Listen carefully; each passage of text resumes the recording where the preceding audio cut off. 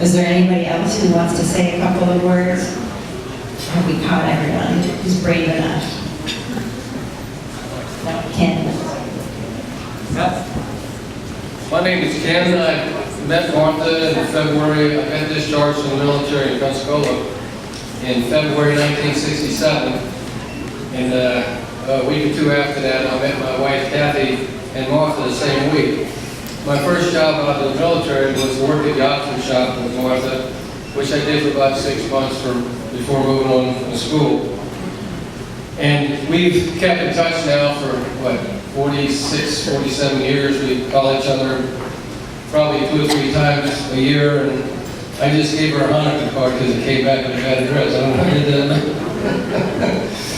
But we keep in touch, and I've had the pleasure of meeting a lot of Martha's family, Susan and Roz, and tonight Lisa.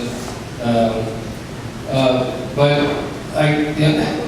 of course, everybody knows how special Martha is, and we've heard all this tonight. But the one thing that always made me laugh was one time, Kathy, every time we come to town, we try to get together with Martha.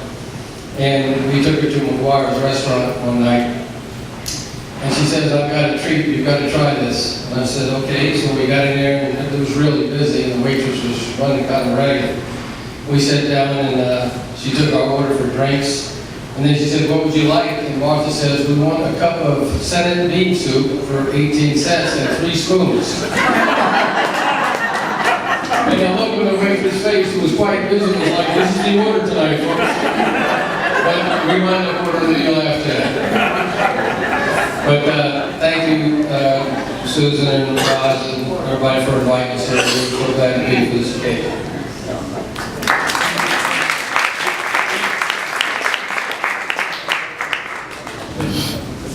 Well, with the mention of the auction shop, I just had to come up here. My name is Marilyn Mayer Wells now, and my father had the Oxford shop. And Martha came up or down from Orton's to be the cashier there, and that business was on Palafox in the lobby of the Brent Building, which heaven only knows how it fit in there, but it did. So I knew her for years as I was growing up in that capacity, and I knew that she and my dad had a mutual admiration society when it came to being just good people, because my dad was a great person as well as Martha. And then I moved away, lived away for many years, and then came back to Pensacola. And one day was out with our mutual friend, really, Jane Cartwright, who was Martha's audiologist and my friend. And anyway, we took her to lunch. So we were getting reacquainted, and we took her to lunch. And we're sitting at the table, and she's eating her crab claws. And she says, I have something for you. And she said, it's been a safe deposit box all these years. And your dad gave it to me when you left for college, because your name was Marilyn Mayer, and you had a pen, which I wore tonight, that was Florentine gold that you loved, that had MN on it. And when you left, got married and left, you left it at home because it no longer fit you. And your dad asked me if I would like to have it because my initials were MN as well. And so I don't know if she ever wore it. Maybe she did. I don't remember saying that. She did. Okay. But then, when she moved to Wesley Haven, she put it in the safe deposit box. So she had gotten someone, I'm not sure who, to take her to the bank, get it out of the safe deposit box that day, present it to me at lunch, and of course I was just boo-hooing all over the place. And when I saw it, it was just instant, going back in years, because I had it all through high school. So I thought that was a great thing that she cared that much about it, and that she really brought an old memory to life for me. And Martha, to me, is a perfect example of a wonderful saying which goes, it's not the years in your life, it's the life in your years. Thank you. Thank you.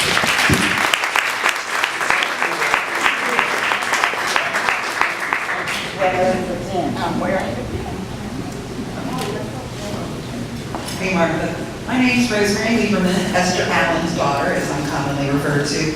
And I just wanted to say, I'm 54 years old and I've known you my entire life. And we would leave because my dad was in the military and we would come back. And it was such a joy to me that when I came back with my own family from New York, my daughter tended to be shy. Well, she opened right on up to Martha. I want Martha to know all the adults have had these special stories, but I think the people that she impacts the most in her life are children. My daughter called her Grandma Martha, as did any number of children that came in touch with her at the synagogue. Everyone was always excited. Are we doing something with Grandma Martha today? It was the joy of those children's lives and their privilege to learn how to sew and knit and do embroidery with Grandma Martha. But you really gave my daughter some confidence when she needed it, because she was very shy and you knew. Yes, you did. Of course you did, because you see, that's why the children love you, because you see exactly what each child needs. And I just wanted to tell you how much it meant to me that you were so sweet to my daughter and to all the children from the show. And I love you very, very much for it. Thank you so much.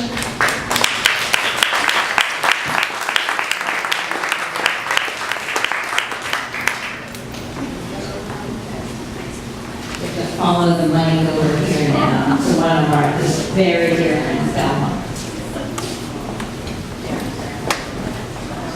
Hello, Martha.